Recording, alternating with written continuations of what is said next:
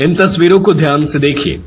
तस्वीरों में आपको पंजाब पुलिस के जवान दिखेंगे और उनके बीच हिरासत में बीजेपी के कार्यकर्ता हैं। इन दिनों इस तरह की तस्वीर पूरे पंजाब से आ रही है। आपको बता दें कि पंजाब में बीजेपी जिस तरह से सक्रिय है, उसने आम आदमी पार्टी की भगवंत मान सरकार की नींद उड़ा रखी है। पंजाब में बीजेपी की सक्रियता देख जानकार तो अब यहां तक कहने लगे हैं, बीजेपी इसी तरह से सक्रिय रही तो फरवरी 2027 के विधानसभा चुनाव में सभी को हैरान कर सकती है। बीजेपी पंजाब में सरकार भी बना सकती है।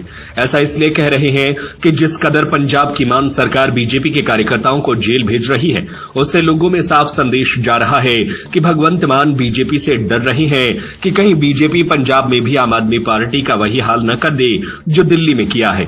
आप भी सोच रहे होंगे कि पंजाब में चौथे पांचवें नंबर की पार्टी बीजेपी ने ऐसा क्या कर दिया कि पंजाब की आप सरकार बीजेपी कार्यकर्ताओं को जेल में ठूस रही है। सत्य खबर आपको पंजाब की राजनीति में क्या कुछ हो रहा है, इन सब की जानकारी देगा और आपको ये भी बताएंगे कि मान सरकार बीजेपी नेताओं और कार्यकर्ताओं को जेल क्यों भेज रही है। लेकिन इससे पहले आपको ये बताते हैं कि पंजाब बीजेपी ऐसा क्या कर रही है कि उसे रोकने के लिए पंजाब की मान सरकार को पुलिस या बल का सहारा लेना पड़ रहा है।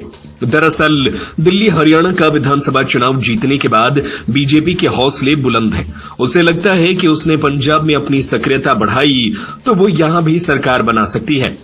बीजेपी की रणनीति है कि वो पंजाब की जनता को केंद्र के कामकाज के साथ जोड़े। इसके लिए पार्टी पंजाब के सभी ग्रामीण इलाकों में कैंप लगा रही है, जहां वो लोगों को केंद्र सरकार की योजनाओं के बारे में बताते हैं। अगर कोई योजना का पात्र है और उससे योजना का लाभ नहीं मिला है तो कैंप के जरिए बीजेपी कार्यकर्ता पहले लोगों का पंजीकरण करते हैं, फिर पात्र व्यक्ति को उस योजना का लाभ दिलवाते हैं। पंजाब के ग्रामीण लोगों को बीजेपी की ये पहल पसंद आ रही है। कैंप के जरिए अब तक करीब 1.5 लाख लोगों को केंद्र सरकार की योजनाओं का लाभ मिल चुका है। इसमें केंद्र सरकार की 8 योजना जैसे आयुष्मान भारत, ई-श्रम कार्ड, प्रधानमंत्री आवास योजना, प्रधानमंत्री विश्वकर्मा योजना जैसी योजना है, जिनके लाभ बीजेपी के कैंप के जरिए लोगों को मिल रहा है। पंजाब में बीजेपी और मान सरकार के बीच विवाद की जो बड़ी वजह है वो यही कैंप है जो बीजेपी पंजाब के ग्रामीण इलाकों में लगा रही है। आम आदमी पार्टी की मान सरकार को डर सता रहा है कि कहीं बीजेपी इन कैंप के जरिए पंजाब के मतदाताओं में पैठ न बना ले। इसी को रोकने के लिए मान सरकार ने बीजेपी के खिलाफ मोर्चा खोल दिया है।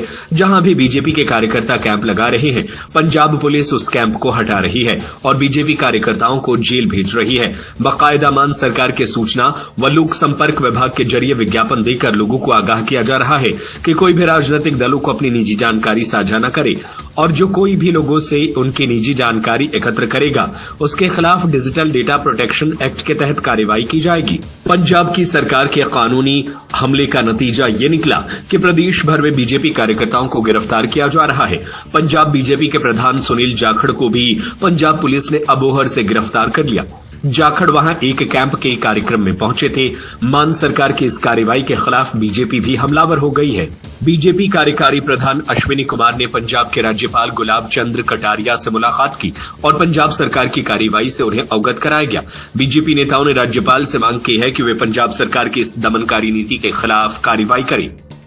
बीजेपी कार्यकर्ताओं के खिलाफ मान सरकार ने जिस तरह की कार्रवाई की है उससे पंजाब बीजेपी का उत्साह और बढ़ गया है।